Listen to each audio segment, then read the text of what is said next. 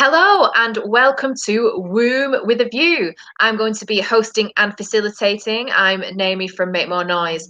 I've been demoted because last week I unfortunately said that I was sick of hearing about J.K. Rowling, and so they've taken the stories off of me and made me facilitate. Now, we're talking about some really interesting discussions. It's like Loose Women, except we're not as famous and we're not as rich and we're a bit more controversial, but it should be good. So Chloe, do you want to start off by telling us what you got this week? Yeah, okay. The subject I've decided to talk about this week is Black Lives Matter. The reason I've chosen this is because two stories that have come up that I find quite interesting. First was an interview with one of the so-called Marxist co-founders of Black Lives Matter, who has just bought herself a $1.4 million home. And during the interview, when she was asked how she could justify spending that money on herself, basically, she said, well, she's Black and her family are Black, so it makes sense that she uses the money there, which, I mean, it's fair enough. But I don't think the people that donated to Black Lives Matter would have done so if they knew she would be buying herself a home with it.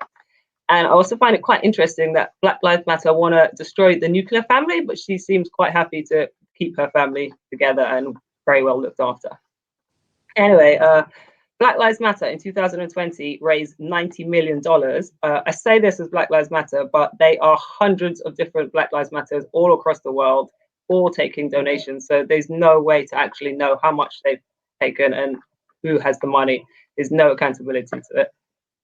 Anyway, yeah, 1.4 million is not a lot compared to the 90 million, but still, as I said, I don't think people would be donating to them if they knew it would going to buy her house. And this leads me to another story of Breonna Taylor's mother made a Facebook post basically denouncing her local chapter of Black Lives Matter. Don't know if we can get the Facebook tweet up, but basically said they're frauds and they're just using her daughter's death to gain money. And if she walked into a room full of them, none of them would recognize her. Okay, so yeah, they're basically using her as a PR stunt. And that, for me, sums up the entirety of Black Lives Matter. They are just a corporate entity set up to make some people feel guilty and other people feel better by doing nothing but putting a black square on your profile picture. I mean, if that is supposed to cure racism, then, well, okay, whatever. I personally haven't seen much real action from the organization themselves, apart from tearing down a couple of statues, but there is so much they ignore. For example, the Black people that burnt to death in Grenfell, the Black people that were sent home from Windrush, the women that are being used as surrogates for wealthy white women, the Black African women that are being used as house slaves in Saudi Arabia, the Black lives of people in St. Vincent that are suffering from the volcano that just happened. Their homes and their land is destroyed and it's starting to affect different islands there now. Haitian children who you can literally buy, and I don't just mean for sexual reasons, you can buy them to have for a few dollars. There's the Black and brown girls that are permanently paralyzed because a billionaire white man decided to experiment on them. That would be Bill Gates. There's the Black baby or Black and brown babies being starved to death in Yemen. There is atrocities that are going on in Ethiopia at the moment, where women are being raped and having objects, including glass and nails, inserted into them. Yeah, they don't touch any of those subjects because it is just an American import, and it has nothing to do with helping Black people, in my opinion. Black Lives Matter is to Black people what Stonewall is to homosexuals. And that's my topic. Discuss. Yeah, you've raised a number of really interesting things there. You know, people, you donate to a charity because you believe in the cause and you think that your money's going to help. You know, as you pointed out, would people be less willing to give money if they knew it was going to buy someone's house? Do you have the right to rescind your donation, though, if you give it freely, but then are you giving it with the proper information? So, you know, how do you square that circle? Well, I don't know, but I mean, considering she is supposed to be a Marxist and BLM organization is supposed to be a Marxist, I don't think buying yourself a $1.4 million house is part of that. I'm no expert, but I don't think it is. You mentioned that they want to abolish family and they have that some of their demands. That is quite an old Marxist slogan, isn't it? But I think a lot of people don't necessarily realise how deep rooted in Marxism a lot of Black Lives Matter is. Yeah, I'm not, again, an expert on Marxism, but some of their other policies are ridiculous, like defund the police, abolish prisons. I mean, it makes no sense. It doesn't help Black people. Well, that's the same as the sort of Sisters Uncut, isn't it? The fund the police and get rid of prisons, and they're supposed to be protesting against violence against women, and you don't know how you're going to deal with any of that.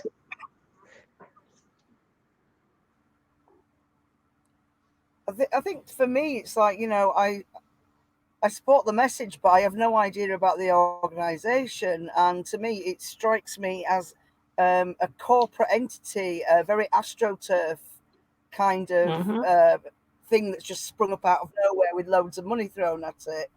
And it doesn't feel at all like what I know of my 30 years of activism at grassroots level. It doesn't feel anything like that. It's just really odd. I can't quite put my finger on it, and I didn't know all the ins and outs that you just mentioned there, Chloe. But that's pretty shocking. You know, that's yeah. You know, all these terrible things that are happening to Black people around the world, and yeah, like you say, you know, people are just sticking a black square on the social media profiles and feeling virtuous. It's really odd. It's really odd. Yeah. And I think the thing that makes me even more mad is a lot of these massive companies that support Black Lives Matter are the ones that are causing problems for Black lives.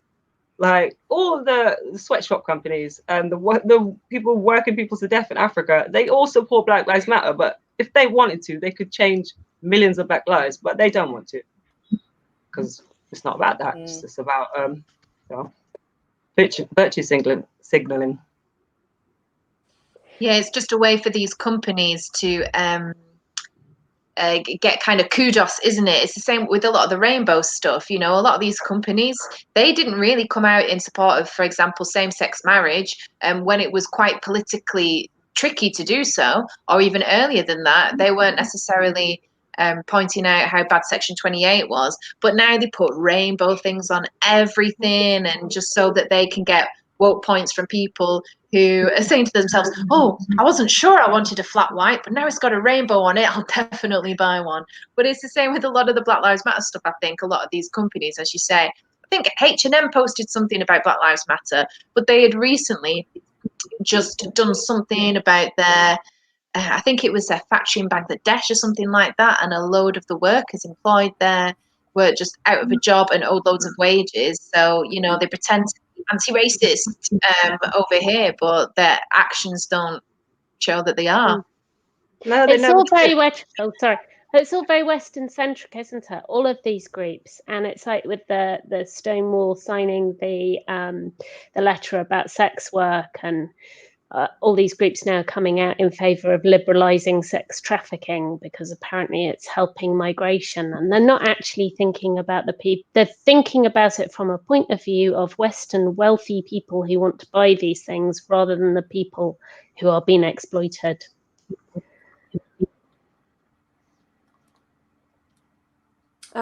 Breonna Taylor's mum, Tamika Palmer, she says she's not known when she walks into a Black Lives Matter meeting. Nobody knows who she is, and that's just piling on more anguish just to see such hollowness. How negatively do you think Patrice's actions especially will affect the poor Black civil rights groups in America and Britain as well? How badly do you think the donations will go down? Oh, honestly, I don't think so, because I don't think people will even hear about it, because she deleted it pretty quickly, and there's so much other money behind Black Lives Matter that will just get drowned out and people will still donate, especially as protest season's coming up. Yeah, you raise an interesting question there, Chinzia, about the fact is it going to damage other? Are people going to see that Black Lives Matter hasn't done what they said it's going to do? Is this by association going to taint other more grassroots anti-racism projects? Are people going to say, "Oh well, Black Lives Matter, she just took the money to buy her own house, so I don't think I am going to bother donating to this grassroots project"? Yeah, I think that's a potential concern. Whenever any charity acts up in this way, you know, there's always a concern that donations for other related causes go down.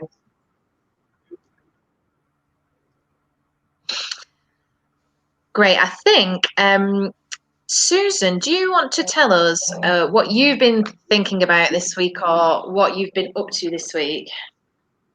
Yes. So I'm with a group for Women Scotland, and as some people might know, some people might not know, we've got an election coming up in a couple of weeks in Scotland, and so the manifestos came out this week. And there was a story about the Scottish Greens. Now, I think generally in the UK, people know that the Greens have some pretty dubious policies around women, but in the rest of the UK, it's not really going to make that much of an impact. In Scotland, they do because of the system we have here, and the Greens are the SNP's favoured choice of partner, and they've talked about an official coalition. And you know, barring earthquakes and Martian invasions, we think the SNP are going to form a government, and they may well need the Scottish Greens to support them. So what they say matters. And what they put out this week was their manifesto, and they have promised to incorporate, now I can't say this right, I always get it wrong. I don't know whether it's Yogi Carter or Jogi Carter, but whatever it is, the principles, they're going to enshrine them into, they want to enshrine them into Scots law. And I know that, I'm sure a lot of you have read that great article in The Critic the other week, Julie Bendel and you, about the lawyer who was involved in drafting the principles, who has subsequently said that they didn't consider the impact on women and that he's changed his opinion on them since listening to women. So he was interviewed about the Greens manifesto by Holyrood magazine. Holyrood magazine is the in-house magazine for the Scottish government, basically. And they pointed out that Principle 31 calls for the removal of sex from birth certificates. And so the Scottish Greens' reaction to this has been, it's not in our manifesto. It doesn't mean what it says it does. And I think look squirrel, which was the other one. And extraordinarily, Guy Ingerson, who was the person who's claiming responsibility for drafting this part of the manifesto, has said, oh, the person criticising this has no idea what he's talking about. And it's been pointed out to him that the person criticising this drafted the thing in the first place. So he knows fine well what it says. But they've had an extraordinary week of just denying that this is what they're going to do. We know that's what they want to do. And, you know, the fact that they can't be honest because they know that it'd cause trouble speaks volumes. Patrick Harvey popped up this morning on the radio talking about evil women, evil transphobes, how everyone agrees with him in Scotland except bad people. And it was pointed out to him that one of his MSPs, Andy Whiteman, actually left the party before Christmas because of the Forensic Medical Services Bill, which was the bill that where Joanne Lamont managed to change the language in the bill to sex from gender to give rape victims the right to choose the sex of their medical examiner. And Patrick Harvey, he's just running around smearing women's organisations. And extraordinarily, he finished off saying, women's policy was devised by our women's organisation and the Rainbow Greens. And now the women's organisation is co-chaired by somebody called Emma Cuthbertson, who was a late transitioner, had a family, has boasted about using female-only spaces in rape shelters. And their Rainbow Greens chapter is co-chaired by somebody called Ailey Martin. And if you want to find out about Ailey Martin, there's an article about them on Wings over Scotland. And just, make sure you've got a strong stomach, because this person has put the most, that they are also trans-identified now, put the most extraordinarily horrible stuff on their social media accounts. The mildest stuff is kind of adult baby fetish. They are kind of Amy Challoner Mark II, and these people are apparently drawing up this wonderful policy for the Scottish Greens on women. So it's actually quite terrifying up here at the moment.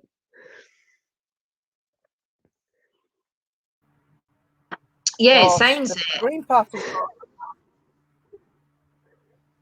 Go on, Joe. The Green Party's got a real problem with. No, the Green Party's got a real problem with taking very disturbed individuals and thrusting them into the limelight and doing them no favours whatsoever. It's incredible.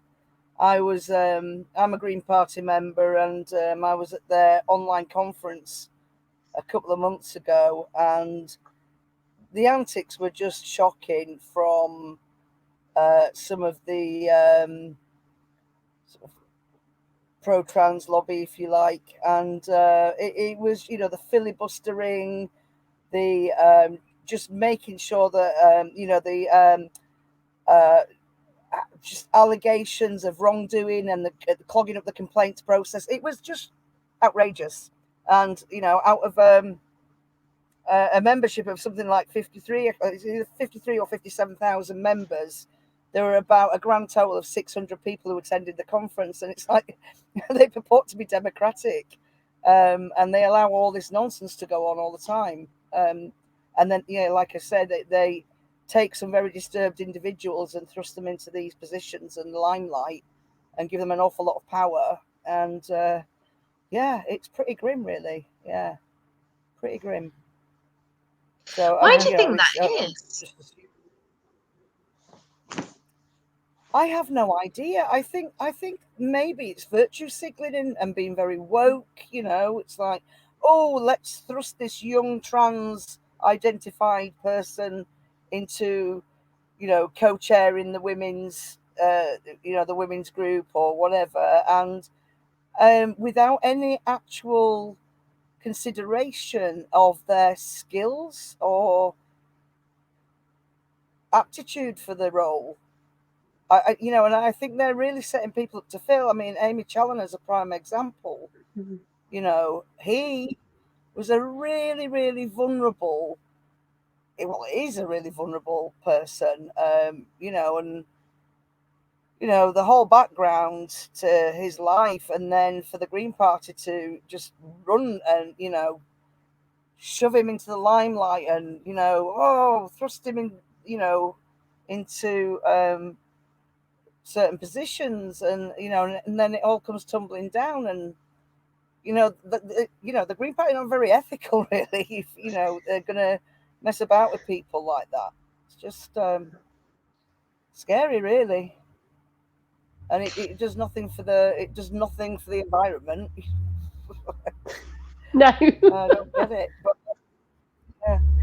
We've put in a complaint about this person, because actually Emma Cuthbertson had put up a picture of a character in a sort of KKK hood with a For Women Scotland logo on it, and Patrick Harvey is busy running around saying that women's groups are like racists because we want to exclude trans people, which obviously isn't true. It's that we want to keep it female only. And so we complained about Emma, we complained about this character Ailey because of hugely inappropriate stuff, and another candidate in the Northeast who was actually got their tweets removed by Twitter for violating Twitter rules because they were so bad. And when you consider what you normally have to do to get a tweet removed from Twitter if you're on if you're not a woman saying sex is real or something. He was threatening to punch women who'd been at the Alaba, because that is the new party that's formed, which does support women's rights, and he'd been threatening to get tanked up over the year and go and punch women, and nothing's been done about these people. They're just running around saying the most extreme things, and apparently they're acceptable candidates for the Scottish Parliament. It's really frightening. I wonder if anyone here has any thoughts on why the Green Party in Scotland and England and Wales, why they go so hard on these issues. I know that we've seen the Labour Party and the Lib Dems have put forward policies that aren't necessarily helpful for women, and there's been pushback in these parties, and even the Conservatives as well, to an extent. But why is it that the Greens are going so hardline on it and doing things like, because the Yogyakarta, I don't know how to pronounce it either, I think it's Yogyakarta principles, but the principles are quite out there. Why would a mainstream political party incorporate these principles into their law? And then the Greens seem to be much more at the edge of all of this stuff compared to the other parties.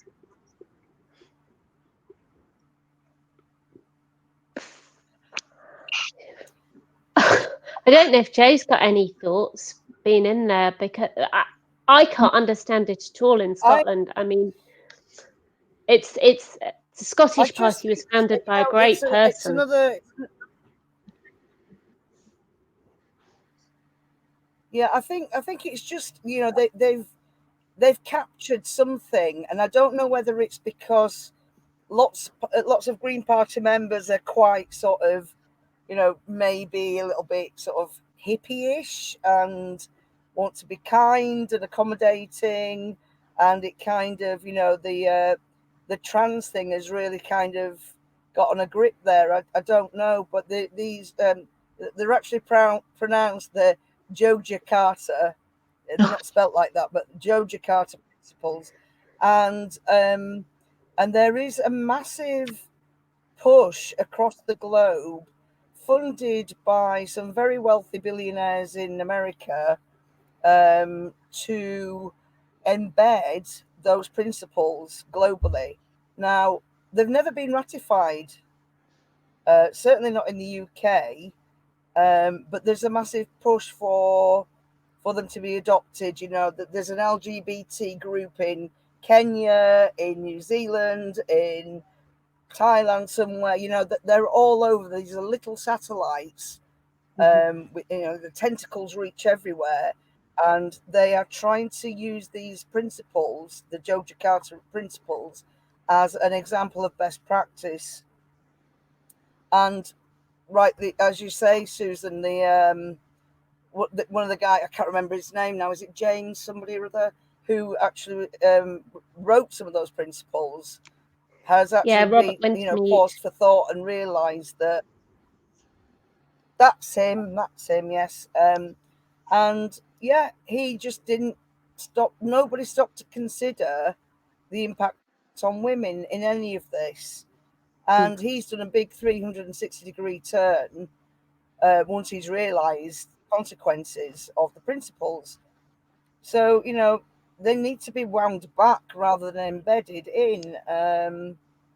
But I think there are movers and shakers within the Green Party that are either trans themselves or are trans rights activists, trans supporters, and they see it as the next legitimate thing to do and the right thing to do without any consideration, no pause, no anything.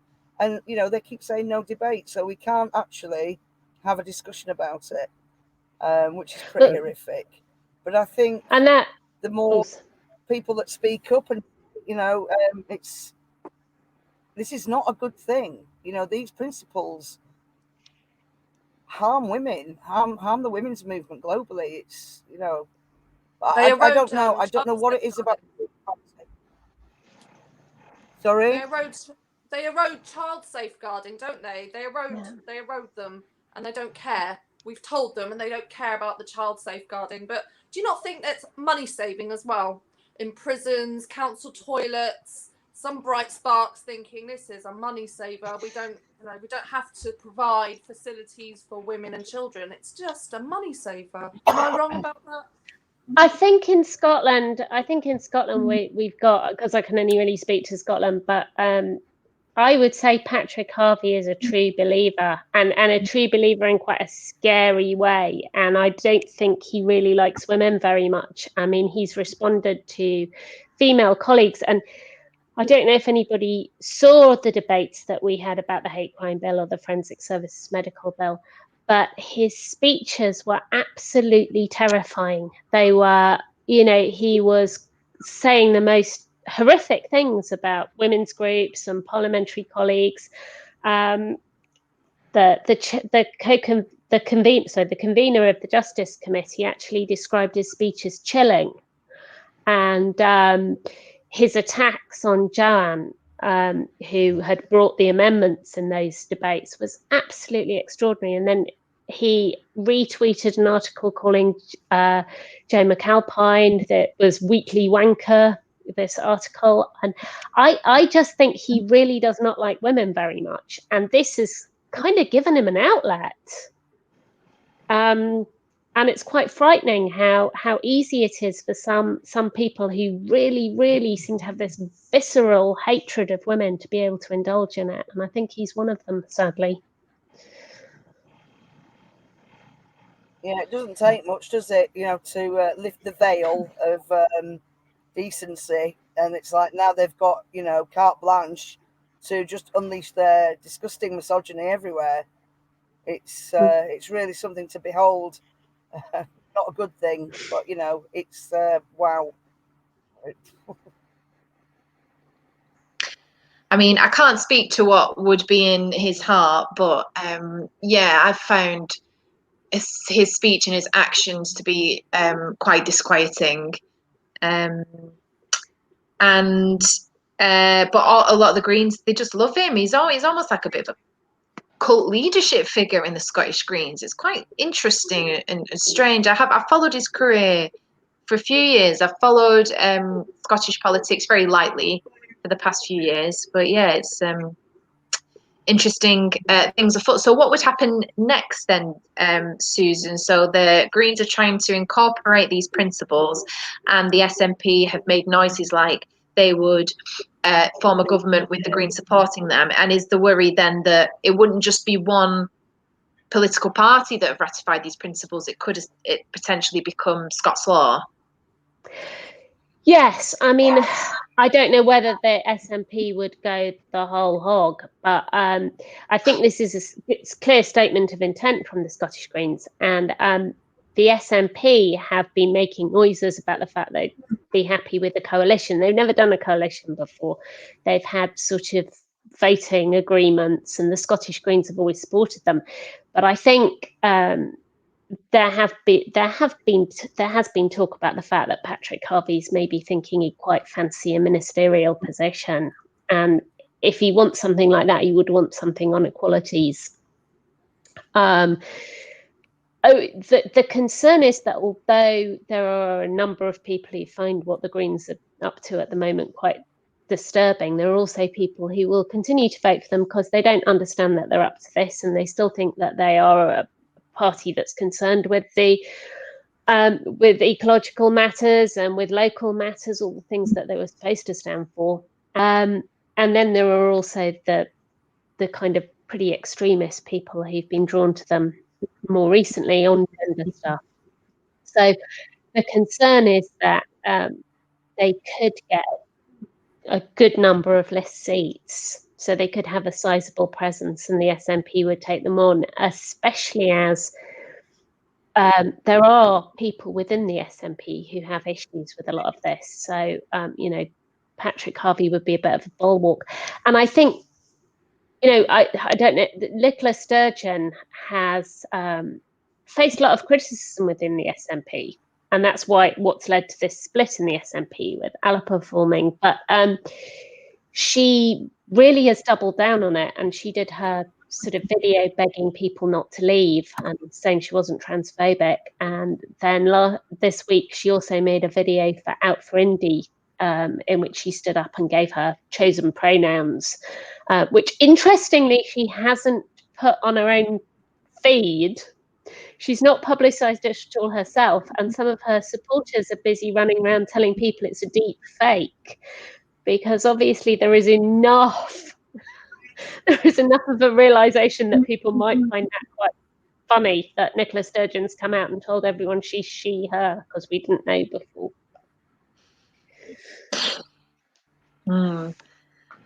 Well, speaking of, well, we were talking about Patrick Harvey before you just moved on to Nicola Sturgeon, but I was thinking of men who have said interesting and controversial things, which brings us on to Birdie's story. I think. What have you brought for us? Yeah, I brought Richard Dawkins when he said, hang on, I'll just read it. He said, DNA evidence in history can be as powerful as written. Sorry, that's the wrong one. He said in 2015, Rachel Dolezal, a white chapter president of the NAACP, was vilified for identifying as black. Some men choose to identify as women, and some women choose to identify as men. You will be vilified if you deny that they literally are what they identify as. Discuss. And then he, a couple of days later, said that he does not intend to disparage trans people. I see that my academic discuss question has been misconstrued as such, and I deplore this. It was also not my intent to ally in any way with Republican bigots in the US now exploiting this issue. And then what happened a few days later after that, the American Humanist Association took away his award from 25 years ago, which is like the most immature thing I've ever heard of. And that's what's been happening, and I found it really interesting actually how the media have been reporting on it. So if you don't mind me just having a look quickly on what I saved, the Daily Mail said a really interesting one, because the Daily Mail said that he's had his award taken away from him because he compared transgender people to race fakers, which I thought was a really interesting way of putting it. And the Guardian said that he loses Humanist of the Year title over trans comment, but they've kind of made it like in the headline sound like he just got the award and they've just taken it away. But I found that really interesting because the award was quite a while ago.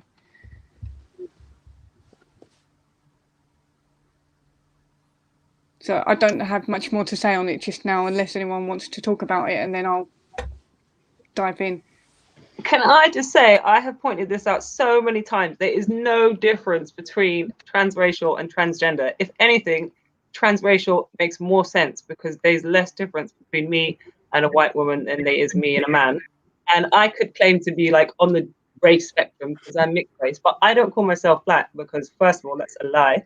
And secondly, it's not my experience. So if I'm not cheeky enough to call myself black, how can a man be cheeky enough to call himself a woman? And that's okay. It's no different in my head. Anyway.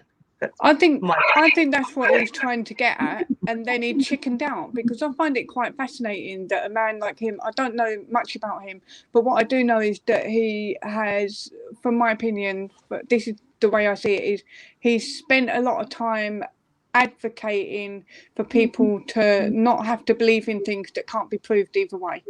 So absolutely. If you can't prove a man has become a woman, why should we have to believe it? Because it's the new religion of the left now. Like it is. You're a blasphemer if you don't believe it. You get excommunicated. It's no different to believing in a sky god. Like you believe in this magical gender that can change your body, or you don't even have to change your body. You're just the opposite sex because magic. It's religion. Right, so if he's the guy that spoke up about, like, really encouraged people to be atheists, or he inspired, right? So if that's who he is, why is he being a coward about this issue, in my opinion? I mean, I don't think he's completely backed down, but he's not being as brave as I would expect him to be, considering he spoke out about not having to believe in God, and that's a really contentious issue for a lot of people. Yeah, it is. I think we need to stop. Yeah, it's I don't know. In our hate crime debate, what we got was a lot of the religious groups, actually, the ones who wanted lower. They didn't want the really harsh restrictions on freedom of speech.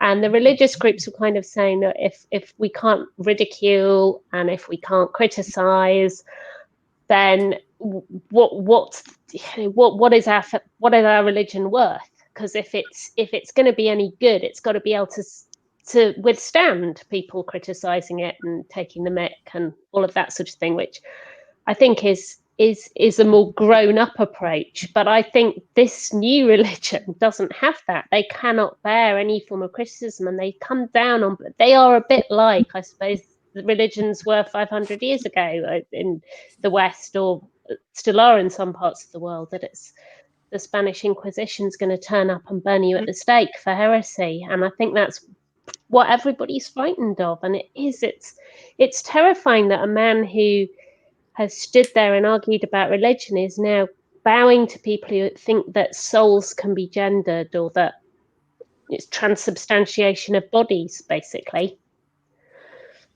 Yeah, I find it really interesting that he's not saying more on the subject and that he's not being more firm about it. Like, I kind of hope that he finds it within himself to be confident, but I don't know what sort of things are being said to him behind the scenes. I only see what's on Twitter and what's on the internet. I don't know who's talking to him, who's pressuring him, what if there is anything like that going on, or if he's just worried. I'm not sure. I think it's interesting because I think we're gonna... Oh, go on, Joe. No, I was just saying, so I'm going to go look him up on Twitter and well, and, put some he's been very controversial on Twitter before. And it's interesting that he has kind of backed off on this a little bit, because he's made some very controversial comments on abortion and Down syndrome before. He's made some very controversial comments on Muslims before, and to the best of my knowledge, I don't necessarily think he's backtracked in the same way. So it's interesting that he does on this issue. It's not a complete. I didn't see it as a complete backtrack. It kind of to me felt like he took a step back and then tried to play it as if he doesn't have an opinion. But he definitely has an opinion on this, and I think he should own it, because there's a lot of people willing to support him, and the more people of that caliber that step up and say something, the more regular people feel brave enough to get behind other people like us, because one of the things that happens is when people that are quite well-known public figures get attacked for speaking up, it really does work to deter other people from speaking up, because they're not going to have any safety net if they lose their job or their social reputation. Yeah, I think he's made an insinuation. That's what I think. He's made an insinuation by comparing De Ozol to trans women. He's not asked for debate. It's a bit sneaky. He's a bit sly. And there is truth in his insinuation, but he's supposed to be one of the four horsemen. That's why they called him with Hitchens, the four horsemen. But he's on a slow trot, or fallen off, hasn't he? He's fallen off.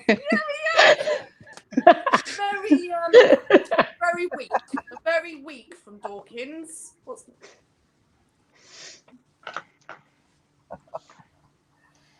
Yeah, I wonder what he'll say next, if he'll bring up the comparison again, or because he gave Dawson, did he not, or a little pull quote to Helen Joyce's. Yeah, he did. So as you say, I think he clearly has an opinion. So why not come out and say it? Well, that's what I think. I think if you're going to hint at it, you might as well just... It's like taking a bite out of a biscuit and going, oh, no, I shouldn't. I'm on a diet. Eat the biscuit. You might as well just do the whole thing. It's not his biscuit, though. I mean, like, it's not his fight. He hasn't got anything to lose. I think that's the problem with a lot of these high-profile people. They see the amount of anger and, like, rage that comes at them as soon as they dip their toe in this, and it doesn't affect them, so why should they carry on? That's what I see anyway. I feel a little bit personally offended by that, because I think there's a lot of regular women like us and some men as well saying something, and we've got something to lose as well, and we still have to stick with what we've said. We have But something he's to got, lose. if he's But I got don't nothing think to the likes of lose, Richard Dawkins have anything to lose. well, if He's he's just got going to nothing keep to quiet. lose, if he's got nothing to lose, he's got even more reason to say it. True. Interesting to know who's whispering in his ear. Yeah, would you agree? Yeah, Absolutely. yeah. And it's interesting that it's now that he's saying it, but I think a couple of years ago it would have been even more important and even more controversial and even more thought-provoking. But it's interesting that he's chosen now. I wonder if we are at tipping point. Chinzia, what is the story that you have brought to us this week? Okay, so we have the UK government. They are still consulting with groups over proposed changes to the Gender Recognition Act. Okay, so they have shelved some of the proposed changes, but are still committed to reform. Yesterday, Fair Play for Women, Women's Place UK, Trans Widows and Philia gave evidence to the Women's and Equalities Committee on how changes to the GRA will harm women and girls. Raquel Rosario Sanchez for Philia did not hold back. She told Huffy MPs, right, I quote, "We find the Equality and Human Rights Commission guidance not only inadequate, but unworkable." Okay, so we'll link the debate in the comments. You can find our voracious suffragettes on all social media platforms. Okay, and just for me, really, from the rise in teenage girls wishing to self-harm with transition, the dangers of changing spousal veto, trapping women in abusive marriages, to the silencing of survivors of male abuse, is it time to campaign to scrap the GRA? Please drop us some truth bombs in the comments, and please like and subscribe.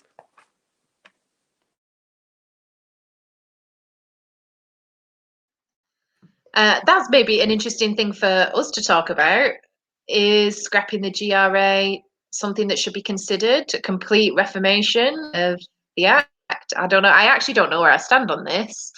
I think that women should be consulted this time round. If we're going to talk about whether or not to scrap it, it should be up to women as well. Because the way I see it, I didn't get a say in this, ever. Well, there are 2 more meetings. The government, the Women's and Equalities Commission are holding 2 more meetings. So we'll definitely discuss that and go over that closer to the time. They've not released dates yet. So, but I think scrap it and keep women and children safe. That's what I say. I just like to say I thought Raquel was amazing. Just watching that, and she was brilliant. She was so fierce, and she said all the things that I think a lot of women have wanted to say to them. And the MPs, some of them were dreadful.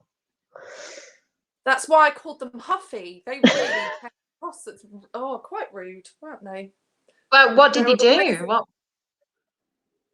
What would they do? What were they doing, Chinzia? Oh, you just in the tone. The tone was, no, they didn't seem like they had any time for Raquel and Women's Place. As I said, the trans widows, I missed that part. I have to go and watch that again. That was written evidence that was given in. But yeah, they had no time to. Some of them, not all of them, but some. Do you think that sorry, No, go on, Birdie. question. Do you guys think that politically, women's rights and safeguarding in regards to the trans issue is kind of poo-pooed and seen as not a real issue? Do you think we're just disregarded in that way, or do you think that it is seen as that the trans as a group is so important that it has to be prioritised regardless? That's a really interesting question, and I was going to ask something similar as well. Do you think that they just don't really care about these women's issues, which is why they're getting huffy about it? I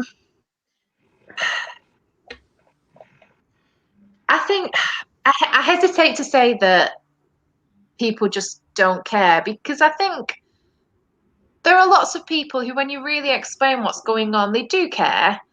But maybe do they just think that it's not a big deal now? I think maybe part of it is they don't realise how fragile our gains are and how recently won a lot of them were. For example, in England and Wales, I think it was still legal to rape your wife up until the 90s. And I tell women my age this, and they have no idea that our gains are so recent. There was still carting off women for being underage unwed mothers up until the 80s as well. You know, those facilities still existed then. And so I think it's that people just don't know. There's just an assumption, oh, we're not like Saudi Arabia. Oh, we're not like, you know, some of the worst places in India. So that it's not really a big deal, is it? It's not really a big deal. And I think maybe that is underpinning some of it. Oh, what are these women on about again? You know, they can get a mortgage now and they can vote. What's the big deal?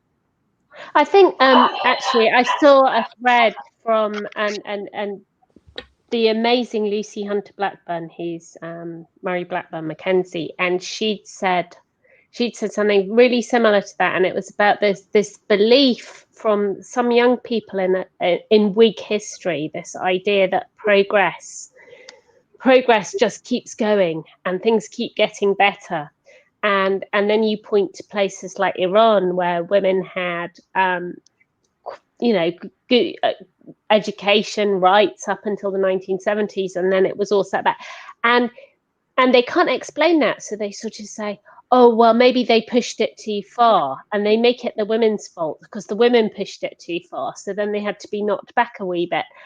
And that's the only way they can explain it. But obviously this idea of history as a constant sequence of progression is wrong, because it's about taking 2 steps forward, 1 step back. And I think that some of these MPs are probably frightened of having the debate because they see what happens to people like Rosie Duffield and Joanna Cherry. And the point is that we have logic on our side, and so they don't actually have the tools to fight it. So all they can do is put the shutters down. I'm not talking about this. And I think that's partly. I think it's moral cowardice as well. Well, I have a daughter. I have 2 daughters, and this is who we want to keep safe, isn't it? You know, not only just women, you know, but it's our girls as well. And so that's why we do this. You're saying hello. Hi. Hello. You all right?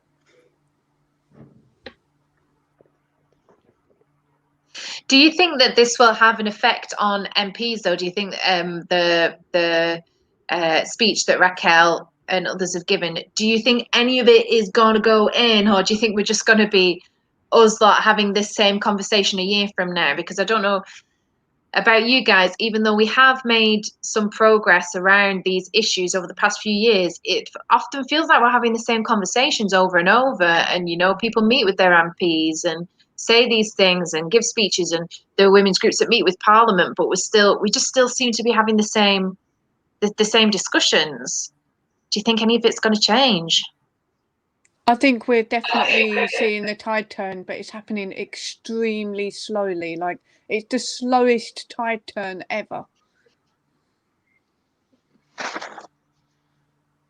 I think you're right. I think we're getting there, but it's inch by inch by inch, isn't it? And it's like, you know, why, you know, we respond to a lot of the select committee consultations, and I'm like, why are they actually doing these? Because there's been a verdict, you know, there's been a decision made on the GRA, yet they're still discussing the GRA. What is it? How much does the feedback and these these Parliament Live sessions, how much does that actually inform policy? You know, and because, you know,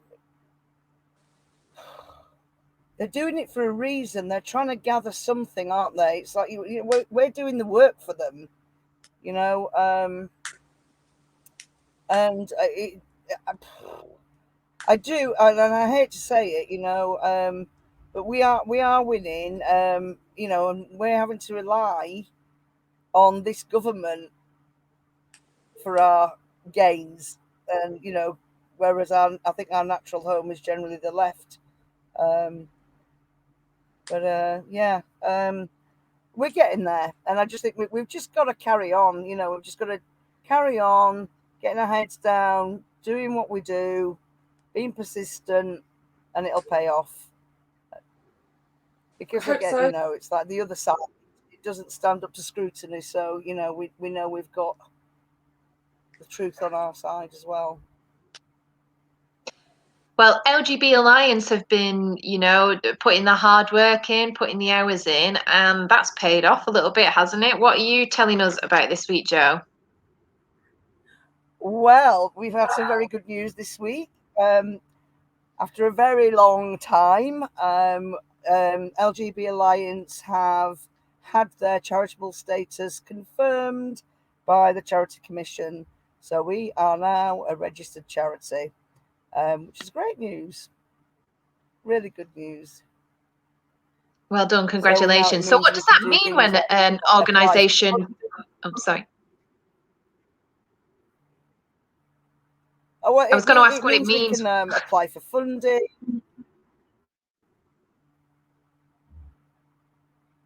Sorry, can you say that again? I think there's a bit of a lag on the thing. I was going to say, what does it mean? And you were just explaining it. So do carry on.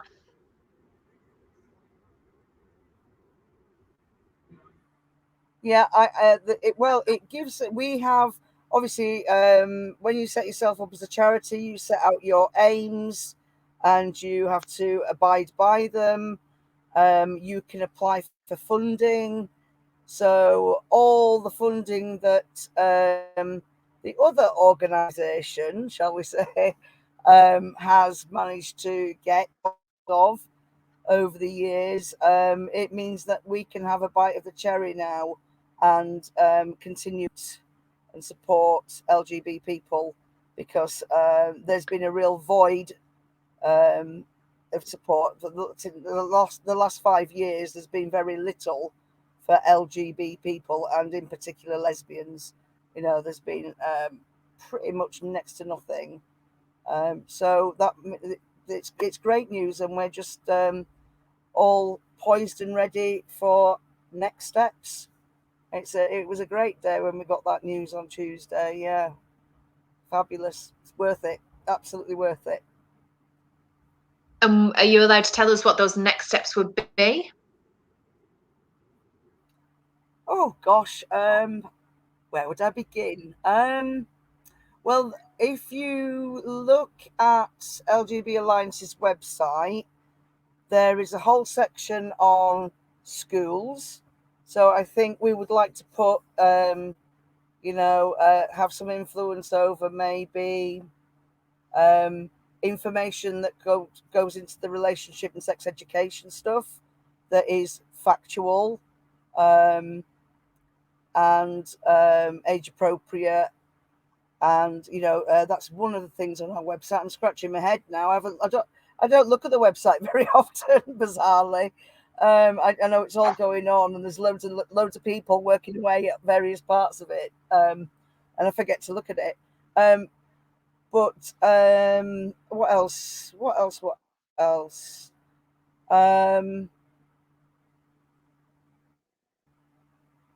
Oh gosh, I've drawn a blank. Sorry about that. I'm having a senior moment. But yeah, if you check out the website, I'm sure there'll be some information on there. But basically, we're just going to put the focus firmly back with LGB people.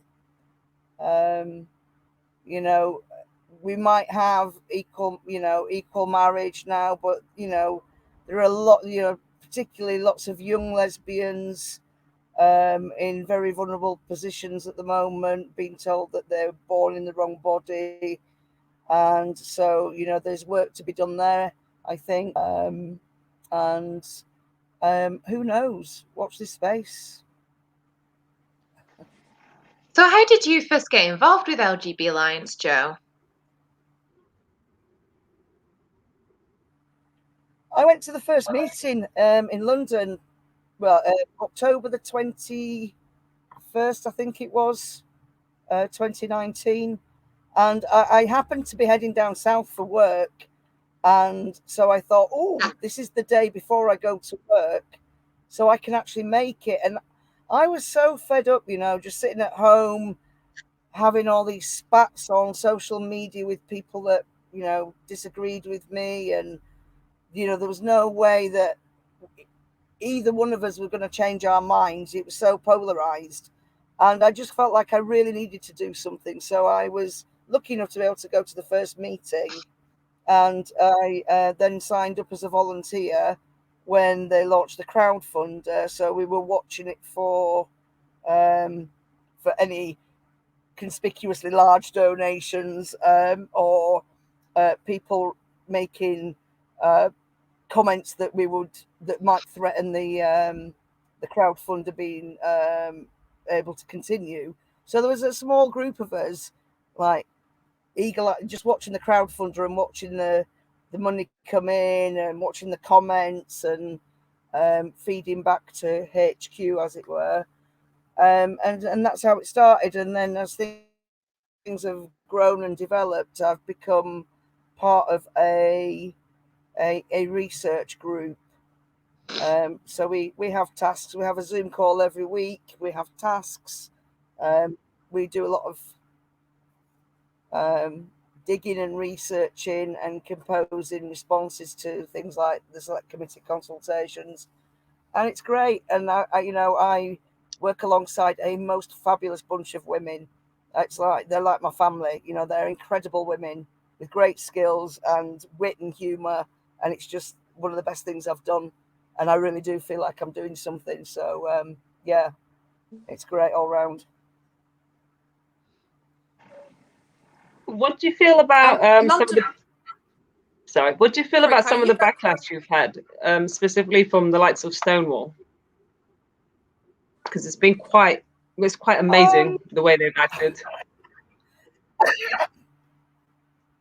Well, the people that handle the Twitter account are resilient, calm, professional stalwarts, and apart from maybe the occasional glitch, they don't get drawn in. We know that people are gonna try and cause trouble for us in any which way they can, and it's like, well, we're prepared, and I think we are a professional organization. We've got dignity, and we don't get drawn into these things because they just exhaust you. We've got serious work to do, that's about supporting LGB people, and getting involved in spats or caught up in these Twitter storms or whatever. It's just it's just a waste of energy. So we have a very dignified Twitter team, and we know there's an onslaught of attempts to disrupt us in some way. The website, it's guarded like a fortress because there are attacks constantly. But we are prepared, we are resilient, and we'll just get on with the job in hand. Let the other people get their knickers in a twist, and waste their energy that way. That's up to them.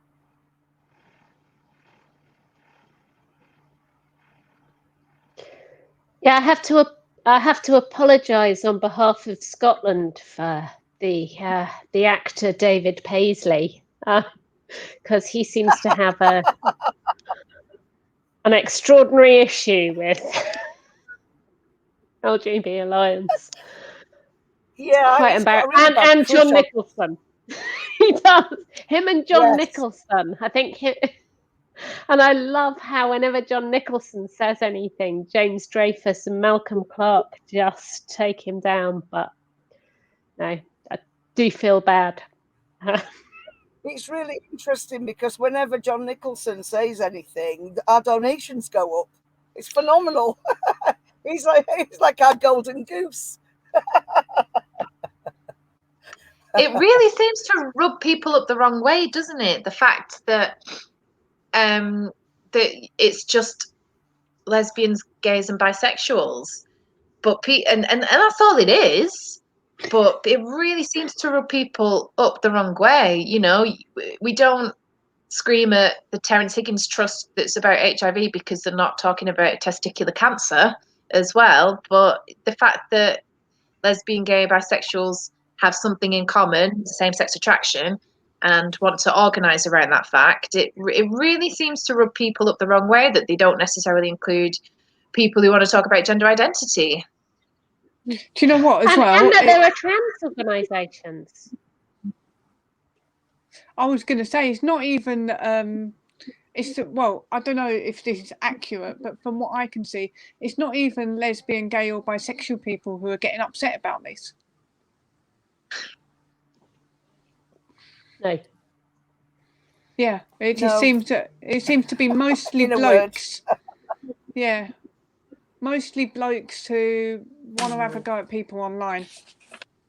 Someone, in Edinburgh, in 2019, there was the meeting at the university, which sort of gained notoriety because it was the one that Julie Bindel was attacked after. And there was a thread on it just yesterday on Twitter about how, I think half the panel were openly lesbian at that meeting. And then outside, there was the Edinburgh University Staff Pride Network. You had the co-chair of the Staff Pride Network, who, I don't know this, but I've been told is a straight woman. And she was there holding a banner, standing next to someone who is a trans-identified male who is straight because is attracted to women and was identifying as a woman for about 6 months at that point and had already threatened us. So it was this extraordinary thing where you had the Staff Pride Network supporting straight people protesting a meeting that was platforming lesbians, including men who had threatened violence or who later carried out an act of violence against a lesbian. And it's just just insane when you try to process that. London Pride are criticising the LGB Alliance. So London Pride are criticising you all when our teens, my teen, LGB teens are abused online for stating same-sex attraction, and our politics does not stand up for them. So thank you for standing up for our babies, because my daughter has gone through it, the online abuse like Joe, and she's a teenager. So they need you, they really need you to stand up for them, because politics is not. And I read the London Pride. Have you seen the London Pride letter? Yeah, because you've been made a charity, and complaining that you're political.